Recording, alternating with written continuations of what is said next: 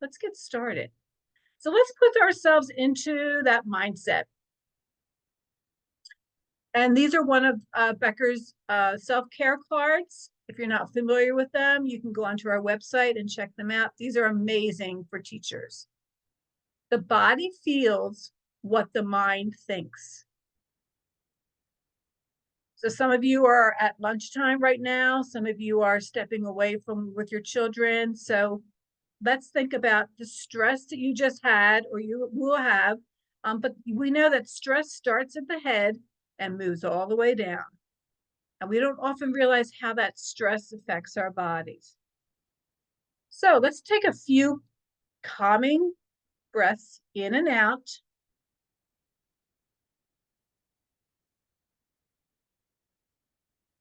Rub your hands together to make some heat. Gently place your hands over your eyes. Breathe in. Breathe out. And let's get going. Now that we're in the right mindset. So our topic today is all learning is socio-emotional learning, and we have some amazing presenters. And like I said, this is a new one also for us. So your presenters, instructors for today, Ellen Booth Church.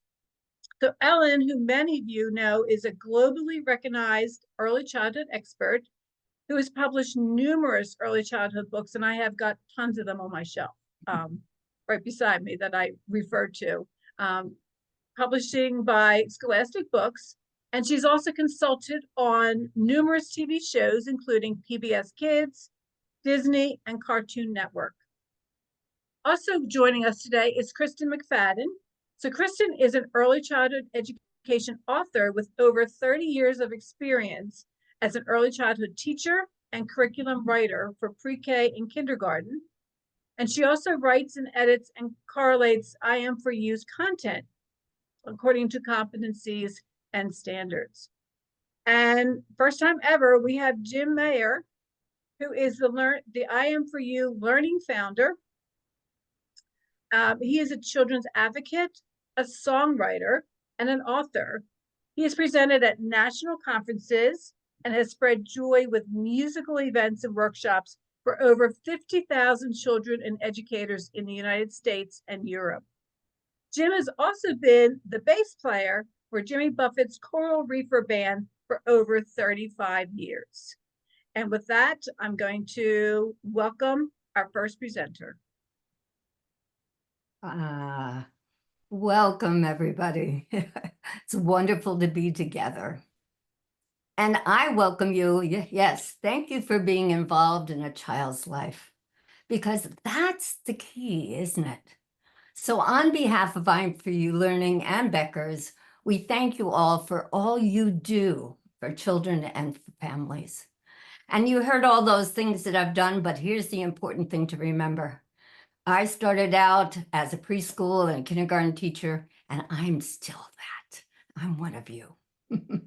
So as a teacher, and as you are, you already know that every activity that we do, every one of them, is an opportunity for social emotional learning. So today we're going to explore that a little bit, explore the importance really of supporting social emotional learning and how can we do it effectively. You already know so many wonderful techniques, but maybe you'll get some new ones today. And so I always have to start with this research, the first 2,000 days. You may have heard some of this already. It's fairly recent, in the last 10 years, research in terms of brain development in young children. But whenever I think about this, I think about my first preschool class in the 70s, and none of this existed. But you know what was interesting? Social emotional learning was essential. It was the center of what we did. But now, now we have this recent brains research, and it has identified that these first 2,000 days are crucial for brain development and social emotional learning. And in fact, it's the social emotional climate that you create because you are the social emotional environment of that classroom. It is that climate and the activities that you do in that program that actually support this 2,000 days. What we know is that from conception through kindergarten, our early childhood community, that's us, has these 2,000 days to build a lifetime foundation and make a difference in a child's life. That's you, and thank you for what you do. So these first 2,000 days of a child's life are really essential because they're building the connections in all those billions of brain cells they're born with. During those early years, those brain cells get wired for use, connected. We have this fundamental opportunity to, in our work with these minds at this crucial time. In fact, we could even say we're part of the construction team in building the neuro superhighways through all of those billion cells. I always thought it'd be fun to have a construction hat for that. So here's one of my favorite quotes. I love this quote. Brains are built, not born. And this comes from Harvard pediatrician Jack Shankoff. And this quote really refers to the studies that show that the brain is one of the few organs not fully developed at birth. And that's why he says brains are built, not born. In this work, he points out that the cells are there. They're all there. They're born with all of the brain cells they'll ever have. But the wiring that connects that forms the architecture is not there. But here's the part where we all come in. These connections are made through play-based activities, social interaction. In fact, and here's a quote, experiences and environments determine which connections get used more, therefore strengthen, and those that are used less, that will fade away. A child's interaction with the world determine how these connections, this wiring, are formed, providing either a strong or a weak foundation for all future health and learning.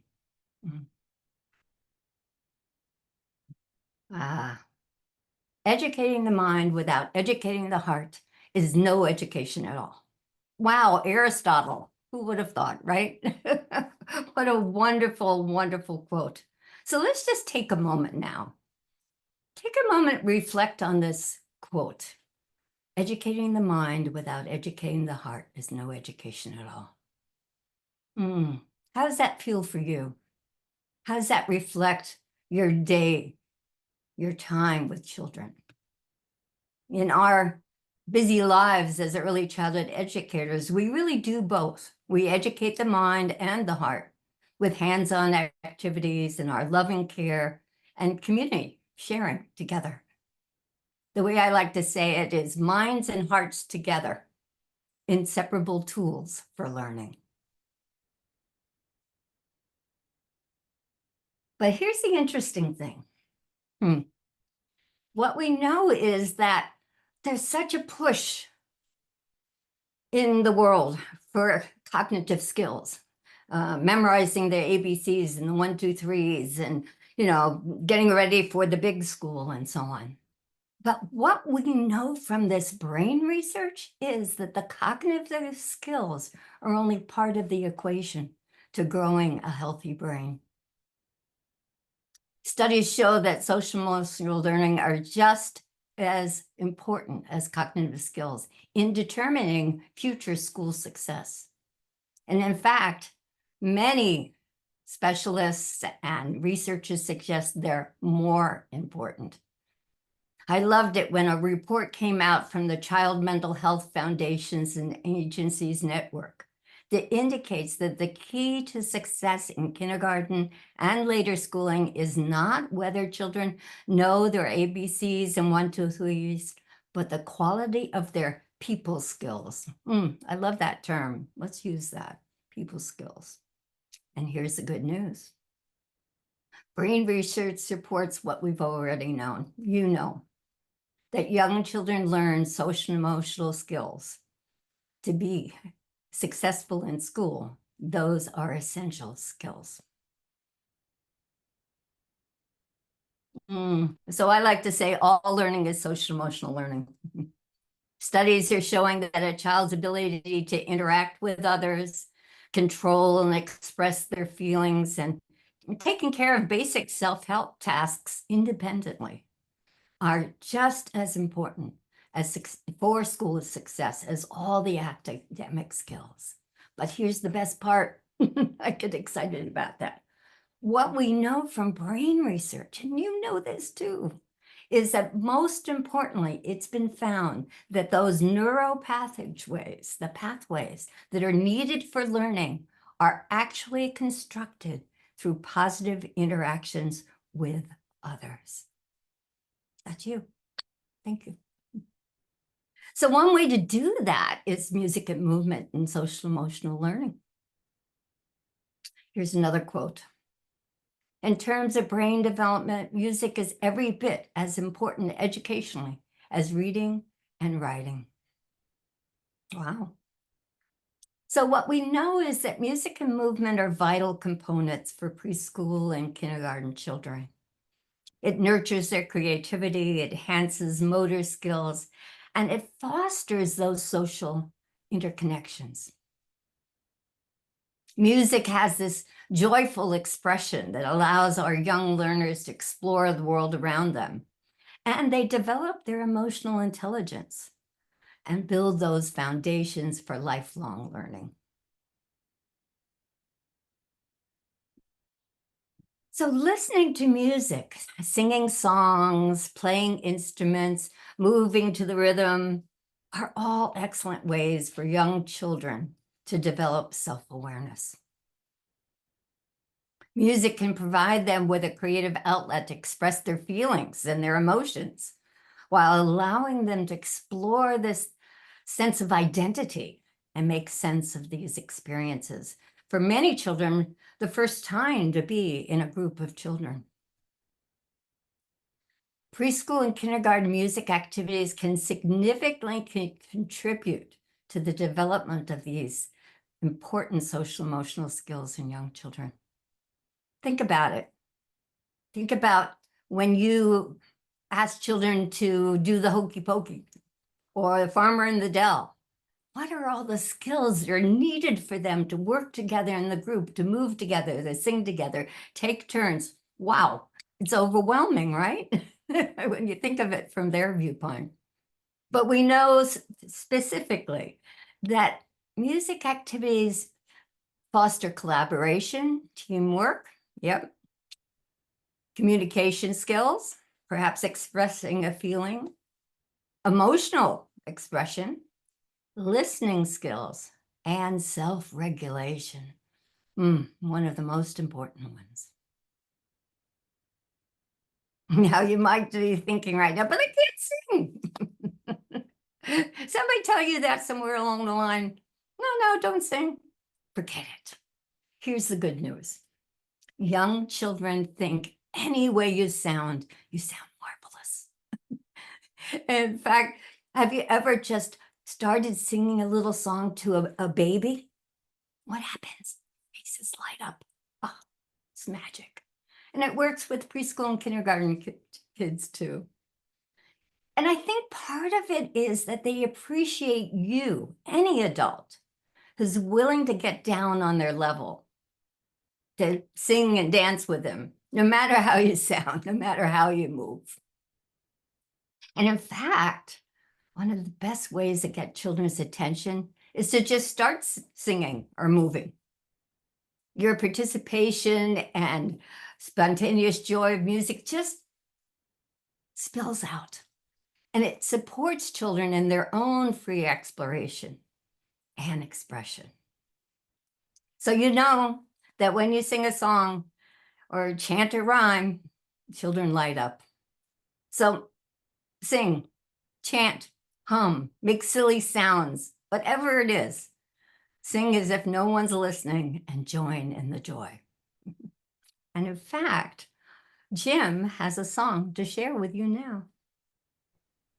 Thank you, Ellen. And this is just such a pleasure being part of this webinar. Thank you, Beckers, and thank you, all you educators. I'm in awe of you all. I really am. Have you ever looked up at the sky with a young child and imagined what the clouds look like? Now, here's a fun song that reminds us we can see the same sky. Excuse me, we can see the same sky differently, and that's a good thing. This is called The Smile in the Sky. There's a smile in the sky from the sun all day and the moon at night. They're winking at you as they go by. There's a smile in the sky. Did you ever stop and think about the sky above, covering this whole world with love? Did you ever stop and wonder what it's made of? Tell me about the sky above. There's a smile in the sky from the sun all day and the moon at night. They're winking at you as they go by. There's a smile in the sky. They're winking at you as they go by. There's a smile in the sky. Thank you. And back to you, Ellen. Oh, Jim, I'm smiling, and I think everybody else is too. Thank you so very much for that. So one of the things that we know is that when we do songs with children like that, different parts of their brains wake up. And so one of them, the things that we focus on, are finger plays. Can we have that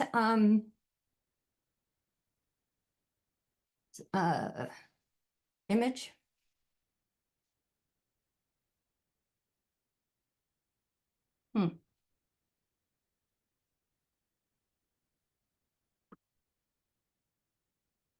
Okay, well, I'll go ahead just as it is. So finger plays build brains. We have small muscle movements that encourage children to use all different parts of their bodies. And those develop the spatial reasoning skills of up and down, over, under.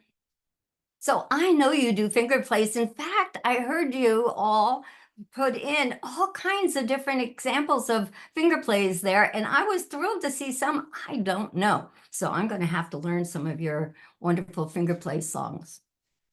So studies show that the activities that ask children to manipulate their fingers activate the cognitive development in all parts of the brain, and it enhances actually connections in the brain.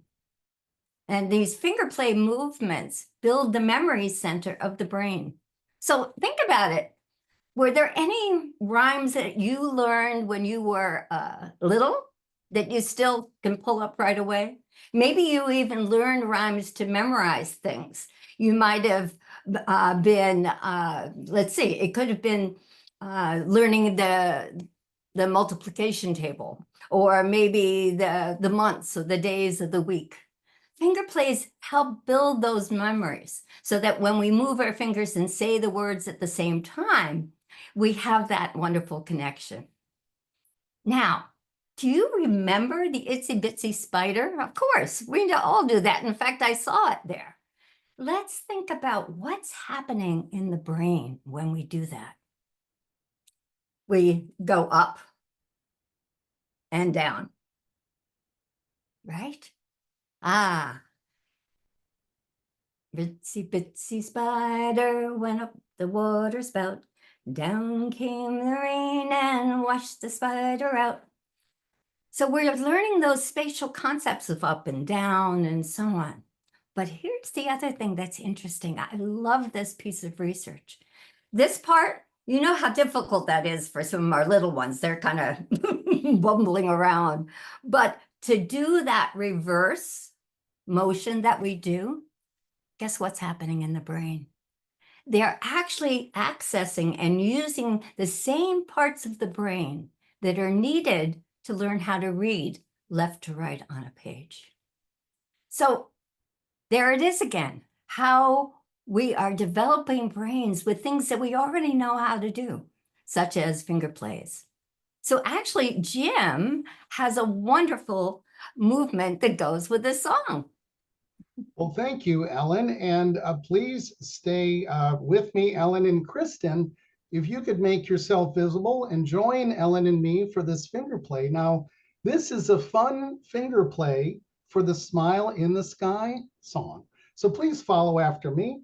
There's a smile in the sky from the sun all day and the moon at night. They're winking at you as they go by. There's a smile in the sky. Now you can do this wherever you are as long as you're not driving. Okay, let's do that one more time. There's a smile in the sky from the sun all day and the moon at night. They're winking at you as they go by. There's a smile in the sky. There's a smile in the sky from the sun all day and the moon at night. They're winking at you as they go by. There's a smile in the sky. Thank you. Back to you, Ellen. Oh, thank you, Jim. I'm smiling even more. So we also know this, that music and humor are important. I bet you do humorous things with your children all the time. It's funny how we can be so funny sometimes at school, and sometimes people in our family think that's not so funny. But we know how to be funny with kids. And what we know is that music and humor actually reduces stress and boosts endorphins in the brain. Absolutely. And in fact, I had the pleasure many years ago at Scholastic to work with Dr. Bruce Perry, who is a neurobiologist and has made his life dedicated to working with young children in trauma. And what he has found from his research was that music, humor, movement, and touch actually healed trauma and children traumatized in a young age and healed their brains. So, wow, let's use lots of music. Let's use lots of finger plays and humor. And of course, we know that endorphins help all of us. Children feel happy, pay attention more. It actually increases their memory skills. And silly songs make children laugh. When a child or anyone laughs, there's actually a new flow of blood that increases to the brain. And one of my favorite ones that makes absolutely no sense that I learned as a preschool teacher years ago is a rum-dum-dum, a rum-dum-dum, a gooly-gooly-gooly-gooly, rum-dum-dum, a rum-dum-dum, a rum-dum-dum, a gooly-gooly-gooly, rum-dum-dum, a Rufus, a Rufus, a gooly-gooly-gooly-gooly, rum-dum-dum. So totally silly, silly words and so on. But children love to do that because, you know, sometimes saying a made up word is actually more fun and can get language going in children who are a little slow to use language. Or you can take a favorite song like the wheels on the bus go round and round, round and round, right? But what happens if there's different things on the bus? Like the pizza on the bus goes splat, splat, splat. Or the bear on the bus goes yum, yum, yum. You know, you can make up all these different silly lyrics to a song that they know and love so much. And of course, how do you feel after a good laugh? Usually we feel energized, alert, and ready to go. That's why I often use songs to start my circle time. And in fact, I want to introduce you now to Kristin, who's going to talk to us about enhancing social emotional learning at circle time. Thanks, Kristin. Oh, thank you, Ellen. Hello, everyone. Circle time or group time can be one of the most joyful parts of the day for young children. During circle time, children gather in a circle or designated area to engage in a variety of activities that promote social interaction, learning, and the development of essential skills. It serves as a time for connection and communication and collaboration where children can participate in group discussions or sing songs, listen to stories, play games, and practice social emotional skills. Circle time is a great opportunity to foster social skills like listening, taking turns, and respecting others' opinions. So, why is circle time so important? Well, it supports a positive and safe environment for children to speak up and participate in activities. It's an opportunity for children to practice skills, make some mistakes, just be plain silly, as Ellen pointed out. And they can do that all in the comfort and in the presence of their teachers and friends. And this is very important because it builds community among children and adults in the classroom. Because everyone is facing each other, circle time helps children feel comfortable with their environment, their teachers, and their peers. Circle time is a great time to integrate social emotional learning concepts and allows children to practice social skills in a group with peer models. Learning social skills is essential for preschoolers' development. Research tells us that preschoolers who have good social skills are better equipped to navigate social situations, make friends, and communicate effectively. In addition, having strong social skills promotes emotional regulation, as we've mentioned before. So, what does your circle time look like? I bet it's filled with all those wonderful activities that Ellen's been talking about, singing songs, reading stories, discussing the calendar, maybe establishing some class rules, sharing personal experiences, playing show and tell, doing finger plays, acting out simple stories, using puppets, engaging in movement activities like Simon Says or the freeze dance, or maybe practicing greetings and goodbyes with fun songs. Well, all of these joyful activities are connected to social emotional learning. And circle time provides a safe place for children to explore and practice different social skills, building confidence in themselves and around others. For example, circle time activities promote listening to others, following directions, cooperation, sharing and taking turns, and recognizing emotions, just to name a few. And we can promote social emotional learning even more by shifting our questions and discussion with young children to include varying levels of complexity. The power of questions.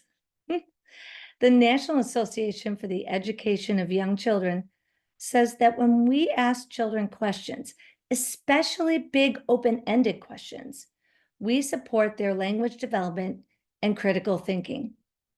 We encourage them to tell us about themselves, talk about materials they're using, their ideas, their reflections. Varying the types of questions you ask is an important strategy to support thinking and learning. So, take a moment and think about the types of questions and discussions you ask during your circle time activities. The type of questions we ask our students can have a big social, emotional, and educational impact on their development. For example, do you use mostly identifying questions? Yes, no questions? Or maybe right, wrong answer type questions? And those types of questions can be very valuable. But do you also include questions that invite imagination, feeling, opinion, and answers that are more complex. And a lot of factors play into the types of questions you use with your group, such as the age of your children, their ability, the experiences they come to you with, or if children live in a multi-language home.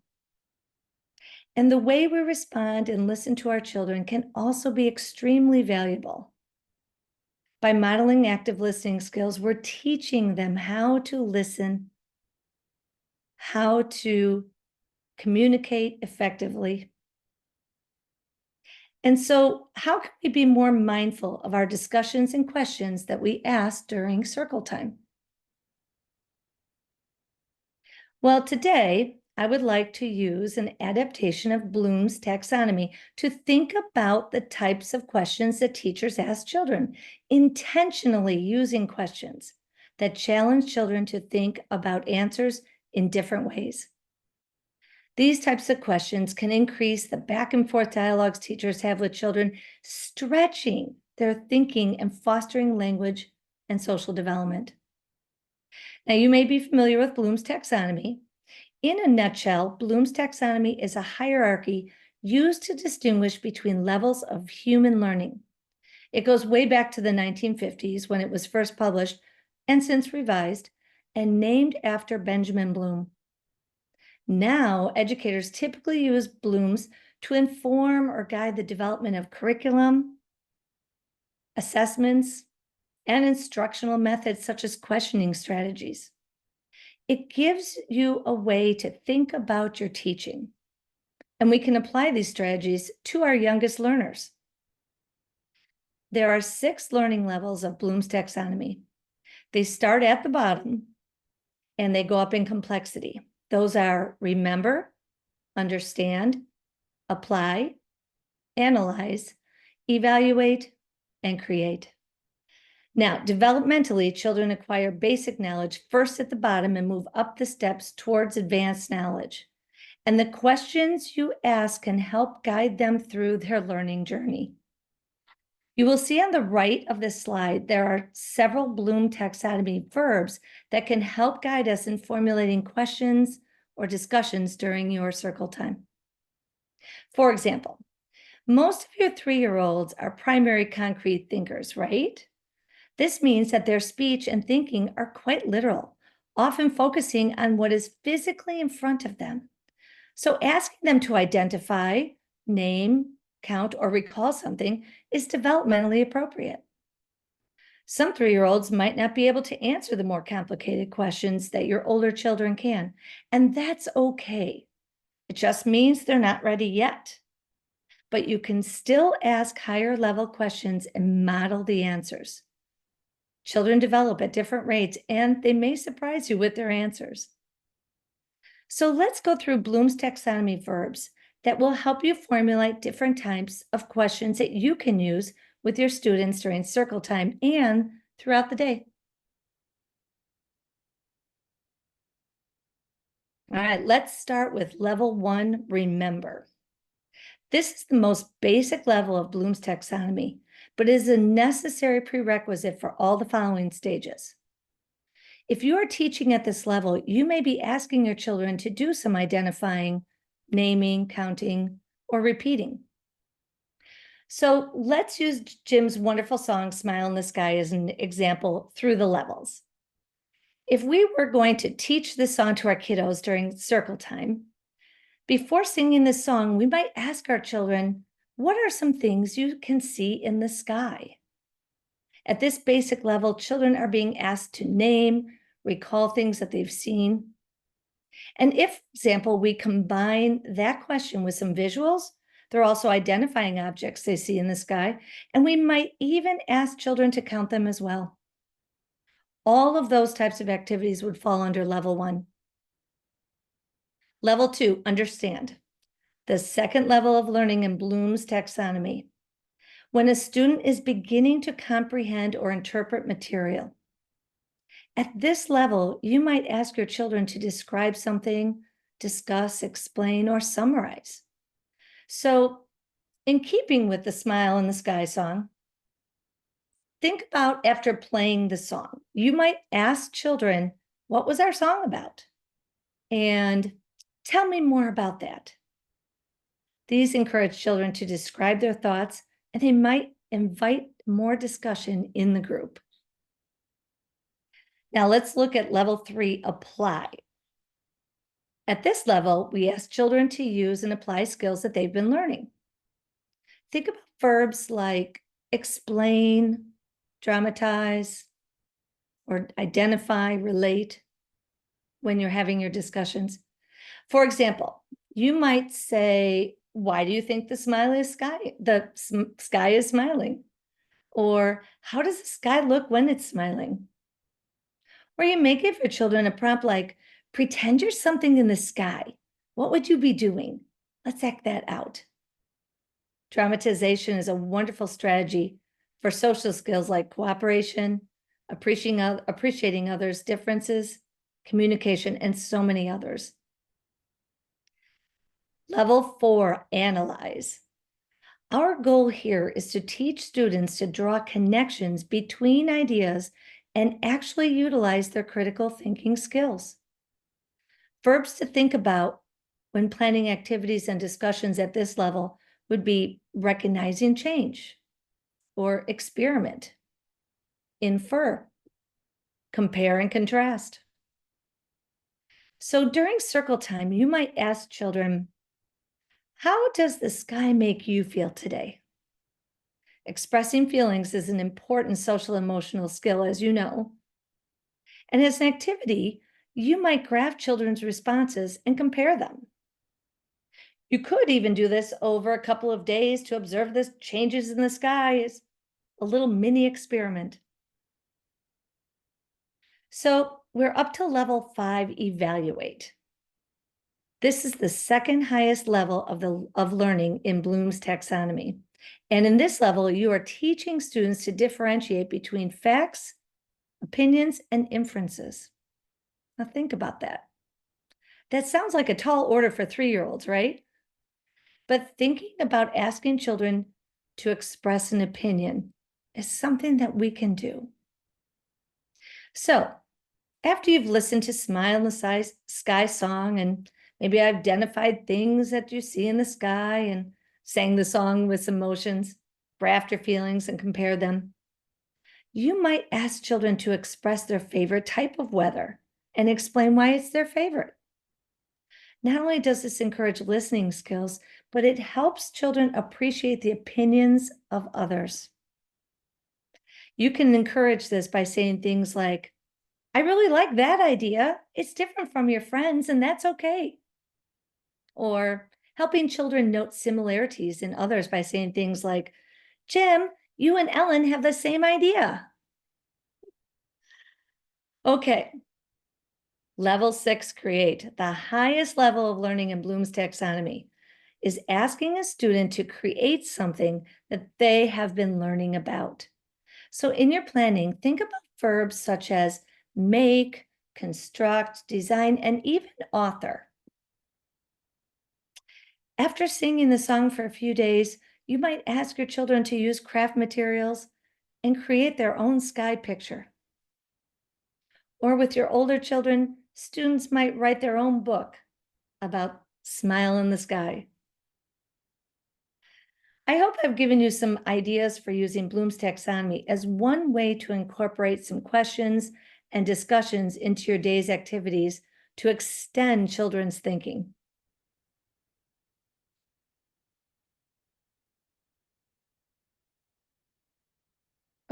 Yep, there we go. Keep the discussion going. So you can see that by varying the types of questions that you ask with your children, such as these, that you could pack a lot of punch into your circle time discussions and at many developmental levels. There are a lot of ways to keep those discussions going throughout the day. Think about the children you work with and how you might expand their learning journey. Circle or group time is a wonderful opportunity to incorporate fun ways to support social emotional learning. And when your circle time is done, you can also do a lot with those transition times as well. Ellen's going to talk a little bit about that. Thank you so much, Kristin. I love questions, and you do such a beautiful way of showing those stair steps of bloom and how we can do that. And yeah, yes, transitions, circle time to transitions, right? Well, one of the things that is interesting is you can even ask questions of children in your transitions. You know, I don't even need to remind you of how powerful transition songs can be and finger plays and so on. You know, you probably have your favorite ones and I have my favorite ones and so on. We could put them probably all together in a book. But what is with the questions that we were just hearing from Kristin, it made me think of, I have a song that I love to do with kids. My hand says hello, my hand says hello. Every time I see my friends, my hand says hello. It's just a simple little song that sometimes I might end or begin a circle time with children. But then I like to ask them an open-ended question. What other parts of your body could you say hello with? I mean, we said with hello with our hands, and I've had my elbow says hello, my nose says hello, crazy, wonderful things. So think about adding some of those wonderful open-ended questions that Kristin used and apply those in your transition because they work. So transitions are essential for social emotional learning and also, as you know, classroom management. So some of those studies that I've been talking about shows that using a song or even just a playful sound is the best way to get their attention. I'm sure you've ever had a situation where you start whispering. Children don't notice it at first, but then they realize, oh, I better pay attention. Whispering is a wonderful little technique. I also have a favorite one. You know, when you've got a book and you're about to open it and read the story and everybody's all talking at once, right? So I'll have the book and I'll go, guess what happens? They look right at me. I'd say, hey, that's what you all sounded like. How can I read a book if you're all doing that? But here's the trick with that transition. Then what we know from research is if they're making that sound, if you actually do it deliberately, it extinguishes the behavior. So I say, okay, everybody, we're going to make that sound any way you want us to map. And then you start the book. So if you sing your directions or your transitions, you're not only gathering their attention. What we know from research is that awakening both long and short-term memory centers in the brain. So transitions can be between activities, as you know, going from one place to another. And they can be challenging for especially young children and one that's never been with a group before. But here's the interesting thing. Research supports using music with young children in this way actually improves and enhances their communication skills, their academic skills, as we said earlier, motor skills, sensory skills, and of course, social emotional skills. So our good friend Jim has a wonderful transition song for us right now. Thank you, Ellen. Here's a transition song that Kristin and Ellen helped me write. It's called Circle Time is Done. Here we go. 1, 2, 3.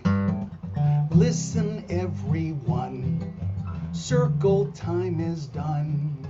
We can still have fun, but the circle time is done. Listen, everyone. Circle time is done. We can still have fun, but the circle time is done. One more time. Listen, everyone. Circle time is done. We can still have fun, but the circle time is done. That's circle time is done.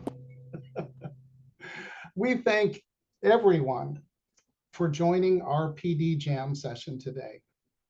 Wow, you all have been incredible, Ellen and Kristin. And there we go, the transition song. Yeah, There we go. Thank you, Beckers, for inviting us to be part of your webinar series. We are truly honored. And as a musician who has played with Jimmy Buffett for so many years, I have to say that you all are the rock stars in my mind. I visited hundreds of schools. I have a sense of the incredible creativity and dedication you have, and I'm honored to work with an incredible team of educators and to present material for you. So thank you for that. If you would like to bring some fun into your classroom, you can use this QR code to receive downloads of free teacher resources, including the Smile in the Sky music video, the finger play video, and our Kids Talk card with discussion prompts to use with young children. Back to you, Kathy, for questions and discussion.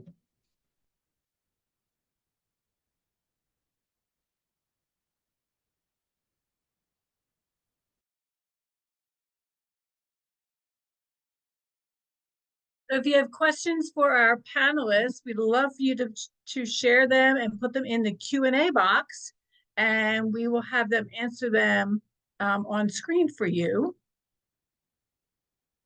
So go ahead, we're going to give you a few minutes to put in your questions.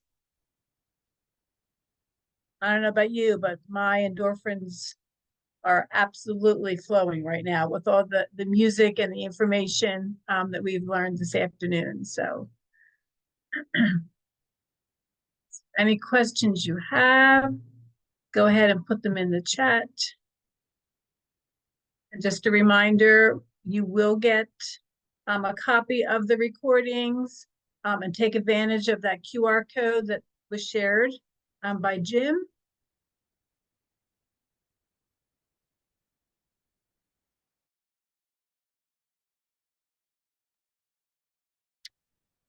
Yeah, so here's a first one from Claudia, and I think Ellen or Kristin, if you want to take that one. Should we force children to sit for circle time if they're not feeling it? Kristin, do you want to take it or shall I? Sure. Okay, well, here's my feeling on that. And I think that it almost depends on what curriculum you are using. Some curriculums I've noticed in preschool, if you're using preschool curriculum, the circle time is, the group time is part of that day and part of the schedule of events. And so I think guiding children over, even if it's for a few seconds, so they start to learn what circle time or group time is, that we all sit together on the carpet, even if it's just for a few seconds in the beginning, I think is very important. I personally never force, and by force, I'm sure you don't mean like have them, you're holding them into circle time. That's not enjoyable whatsoever. But I find that mostly if you're doing, if you start your circle time with a fun song or activity, the kids, even the ones that are kind of in the perimeter, they make their way over to your circle time. But I think too, just teaching children that sitting in a group is something enjoyable and fun and something that they eventually will love to be doing. I think that part is important as well. But again, your kiddos, and if you've got a kiddo that is having a little trouble with their self-regulation, I don't think that forcing them to come to circle time is probably in their best interest at that moment. But I know when I was teaching my 3-year-olds, it was like wrangling kittens those first few weeks to get them all to circle time. But again, you start singing, you start dancing, you start playing freeze dance or something, they all come. I totally agree with you, Kristin. Beautifully said. And what I would add is that, sometimes there are children, and I know I don't need to tell you all this, but there are children who need to kind of watch for a while, and then they join. I used to teach a 3- and 4-year-old class, and there was this wonderful little girl, Wendy, who was very quiet, very shy, very present, but never actually came to circle time, but she was watching all the time. So then she came back for the 4-year-old year and totally amazed me because she knew every song. She knew every finger play. She had never done it once, but she knew them. So, recognizing that sometimes children just need to be in that observer place.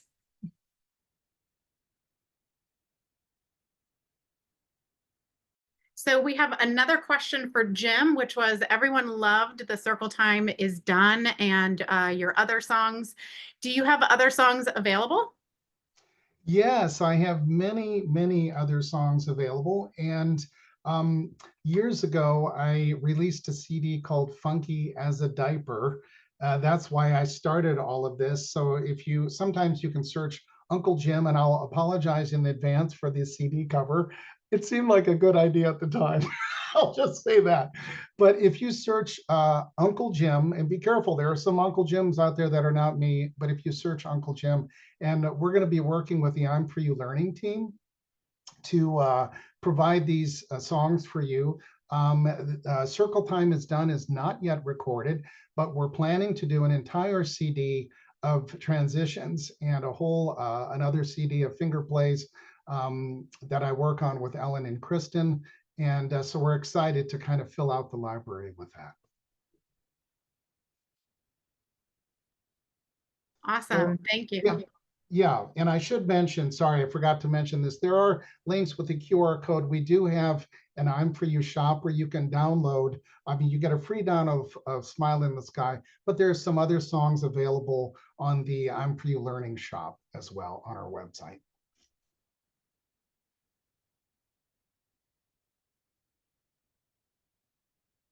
Well, as we're waiting for you guys to get your last minute questions in, we are going to ask you to go ahead and fill out a quick evaluation for us. And that way we can get your feedback. You can come up with other questions that you might have for us. And then on the submission form, the thank you page from your evaluation, you will have a link to download your certificate. But you will also be getting your certificate coming to you in your email tomorrow.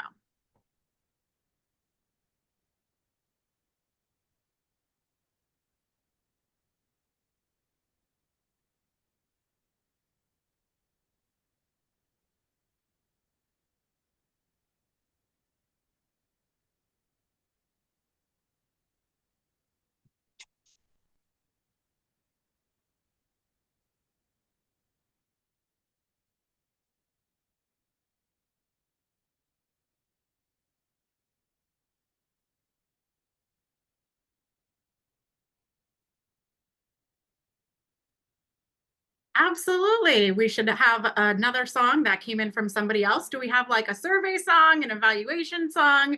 Jim, what's another song? Do you have something on the top of your head right now before I know we're going to exit with a song. We're totally putting you on the spot. Well, let's see if I can. I've never written a song about surveys and filling them out, but I'm going to try that right now. Are you ready?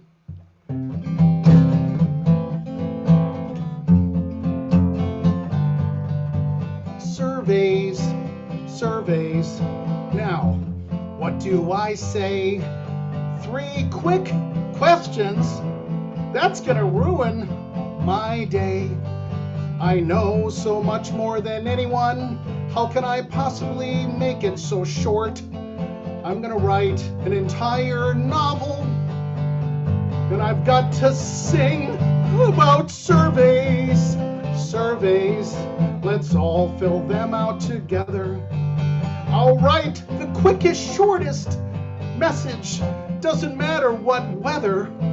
Yes, surveys, surveys, let's all work together. 'Cause we want to be our best for the precious kids we serve.